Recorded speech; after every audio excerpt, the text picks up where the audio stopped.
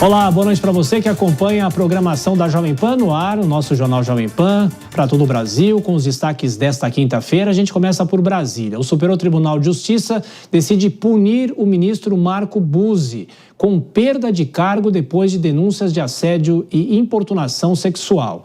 Da capital federal, chegando aqui a repórter Janaína Camelo para trazer para a gente como é que foi esse resultado, qual a avaliação. Bem-vinda, Janaína, boa noite para você. Muito boa noite para você, Tiago. Boa noite para todo mundo que assiste a gente agora aqui no Jornal Jovem Pan. Pois é, essa foi a decisão e uma decisão inédita, né, na Justiça brasileira. A decisão do Superior Tribunal de Justiça em condenar Marcos Buzzi, entendendo que houve sim por parte dele infração disciplinar, né, dentro dessas acusações de assédio sexual, importunação sexual contra uma jovem de 18 anos e também contra uma ex-funcionária do gabinete. A decisão, Tiago, foi unânime pela condenação, mas não foi unânime com relação à pena, viu? Houve divergência, porque alguns dos ministros decidiram sim pela perda do cargo, ou seja, ele vai ser afastado automaticamente, imediatamente, mas 4 ministros votaram para que ele recebesse aposentadoria compulsória. A aposentadoria compulsória, né, ele sai da ativa, mas continua ali recebendo os vencimentos.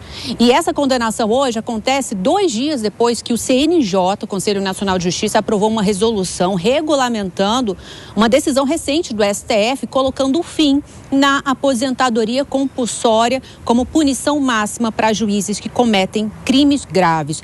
Inclusive, Tiago, no julgamento de hoje, foi um processo administrativo disciplinar, né? No âmbito administrativo, então, em que ele foi ali alvo, o ministro Marco Buzzi. E nesse julgamento de hoje, no plenário do STJ, durou toda a manhã, o início da tarde, a PGR, a Procuradoria-Geral da República, mudou de entendimento no meio do julgamento, porque até então, um parecer da PGR entendia pela aposentadoria compulsória. Com essa nova decisão ali do CNJ, então, hoje a PGR mudou o entendimento no meio do julgamento, pouco antes dos votos dos ministros, entendendo que sim, Marco Buzzi deveria ser afastado de acordo com o que foi já aprovado e decidido pelo CNJ, regulamentando a decisão aqui do STF. Tiago, a gente vai ouvir o que disse o advogado de uma das vítimas, da jovem de 18 anos, o advogado Daniel Bialski, que ele falou com a imprensa logo depois do julgamento. Eu queria só ressaltar não só a coragem das vítimas em denunciar os fatos que elas foram infelizmente acometidas, mas também a mensagem que a corte hoje aqui do STJ, ela passa não para a justiça, mas para o Brasil, para a sociedade inteira, independentemente do cargo, independentemente da profissão ou da autoridade. A pessoa que cometeu um ato ilícito, ela não só pode, como deve ser responsabilizada, como aconteceu hoje. Tiago, é importante destacar também que nem todos os ministros estavam presentes nessa votação, nesse julgamento. São 33 os ministros que compõem o STJ, mas alguns apresentaram, por exemplo, atestado médico ou não compareceram porque estavam em agenda fora de Brasília ou então porque se declararam impedido. Enfim, o que acontece agora, Tiago, porque a decisão do STF, que foi agora regulamentada pelo CNJ, decide que nesses casos, pela decisão da perda de cargo, mas quem vai decidir, quem vai dar a última decisão é o STF. Então, no caso, o ministro Marcos Buzzi, ele é afastado automaticamente, mas quem vai decidir pela perda do cargo dele mesmo vai ser o Supremo Tribunal Federal. Então, esse caso vai sair do STJ, vai para a Advocacia Geral da União e a AGU vai acionar aqui o Supremo contra o ministro do STJ. Só lembrando que, além desse processo no âmbito administrativo, corre também o outro no âmbito criminal e também aqui no Supremo Tribunal Federal sobre as mesmas acusações. Nesse caso está com o ministro Cássio Nunes Marques. Tiago. Bom, então é uma decisão inédita. A Janaína Camelo trouxe todo o caminho a partir de agora. Bom trabalho para você, até daqui a pouquinho. Deixa eu trazer a Dora Kramer e também o Cristiano Vilela. A Denise já me avisa que quer falar também. Ô Dora, eu vou começar por você. Não é uma questão política, né? Mas é uma questão que tem muitos efeitos de uma corte superior, o STJ, como a Janaína nos trouxe. A palavra final ainda é do Supremo. Quais são os recados dessa decisão? No caso dos crimes que ele teria cometido. É sempre bom reforçar que ele nega que tenha cometido qualquer tipo de crime, o que já é esperado, não é? Bem-vinda, Dora, boa noite para você.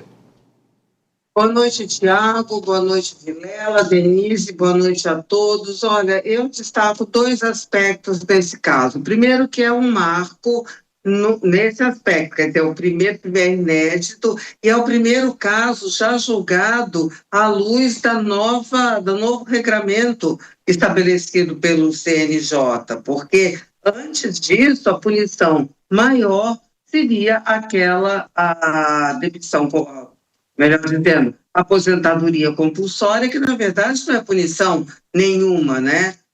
A pessoa recebe os mesmos vencimentos, enfim, é quase um prêmio, era assim que era considerado e por isso que o CNJ derrubou isso. Ainda precisa do referendo, se eu não me engano, Vilela pode confirmar ou não, do referendo, ainda acho que ainda depende de uma decisão do Supremo Tribunal Federal, se eu não estou enganada. O outro aspecto é que é exemplar, né? É uma decisão exemplar para esse tipo de casos. Não estamos falando de um chefe de departamento de uma empresa, não. Nós estamos falando de um juiz de Tribunal Superior, muito corajosa, a primeira vítima, a família dela, ao expor, porque isso também deu ensejo a outras 2 mulheres que aí sim sofriam esse tipo de assédio. E Tiago, eu não vou botar na condicionante, porque a Justiça já decidiu que sim, há fundamento no que as vítimas, na acusação das vítimas. Então, isso, a coragem daquela menina, daquela família, deu ensejo a que outras 2 pessoas, essas sim, funcionárias do tribunal, denunciassem. Por isso que eu digo que é exemplar, e de outro lado, é um marco, por causa dessa decisão do CNJ, que propiciou, deu, digamos assim, a chance, né, de uma penalidade realmente rigorosa. Bem lembrado, Dora. Denise Campos de Toledo. E o que chama atenção é o corporativismo ainda de alguns magistrados defendendo que ele tenha a aposentadoria compulsória. Boa noite, bem-vinda. Boa noite, Tiago, Dora, Vilela, boa noite a todos. Pois é, Tiago, a gente vê que tem esse corporativismo muito forte, porque há o temor de que se comece a normalizar esse tipo de penalidade para quem se sentia imune a qualquer penalidade mais grave que comprometesse de fato a condição de vida. Ele ainda vai enfrentar outra investigação, outro processo paralelo para enfrentar como qualquer cidadão, independentemente de cargo, de função, de setor em que atue, que pode receber punições também. Eu acho que é o exemplo... parte exatamente disso, não apenas para quem está na justiça, mas para qualquer pessoa que cometa esse tipo de crime, que se deixa de ter aquele distanciamento, que se a pessoa está no andar superior, se você denunciar, você pode ser punido, você nunca vai ter o processo com uma decisão favorável ao caso de quem sofreu o assédio.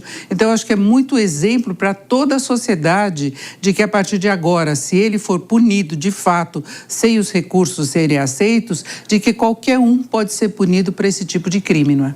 Cristiana Vilela, do ponto de vista jurídico, né, os caminhos que a Janaína nos trouxe, que a palavra final é do Supremo, queria saber de você se esse é um trâmite que demora, não demora, porque é um caso que chama atenção, mas também que me dissesse sobre o ineditismo dessa decisão. Boa noite, Vilela. Tiago, uma ótima noite a você, Denise, Dora e a todos que acompanham o Jornal Jovem Pan. De fato, é um marco, é uma decisão inédita, é uma decisão que marca especialmente um novo momento, onde as punições aos magistrados elas podem ser consideradas de uma forma definitiva, de uma forma efetiva. Não há mais que se falar na linha como foram os votos de 4 ministros de que a pena fosse a pena da aposentadoria compulsória, mas agora temos efetivamente a possibilidade de ter aí uma pena fazendo com que um ministro do Superior Tribunal de Justiça venha a perder o cargo por conta de uma prática que, na visão da unanimidade dos presentes, foi considerada grave o suficiente para isso. Eu vejo que 2 aspectos importantes. Um é aplaudir essa decisão por parte do STJ. O outro aspecto é que a gente não pode imaginar que apenas esse caso deva ser tido como um tótem e a partir de agora a gente achar que tudo mudou. Não, existe ainda uma série de outros casos envolvendo situações de corrupção, envolvendo situações diversas, citações em casos diversos, enfim, que envolvam magistrados do STJ, do STF, dos tribunais regionais.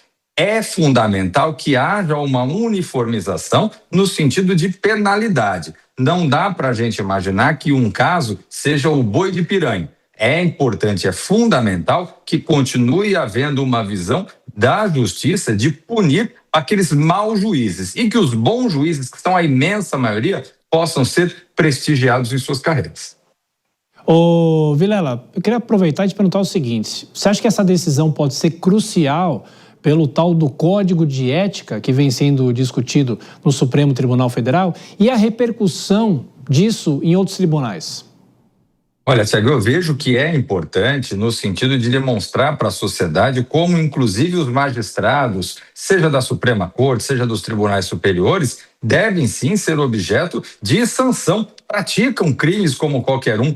Evidentemente, há a minoria, não tenho a menor dúvida disso, mas como em toda carreira, em toda atividade, existe também os maus profissionais que têm que ser punidos com rigor. Eu vejo que, nesse sentido, cabe talvez ao Supremo Tribunal Federal recuar no posicionamento que tem tido de não aceitar o Código de Ética, por exemplo, e compreender o sopro dos novos tempos. E o sopro dos novos tempos, ele é no sentido de que não haja uma casta privilegiada, mas sim que haja a punição, que haja a regulamentação da atividade de todo servidor público, de todo agente político, de toda autoridade. E isso vale não apenas para o Executivo e para o Legislativo, mas inclusive para o Judiciário.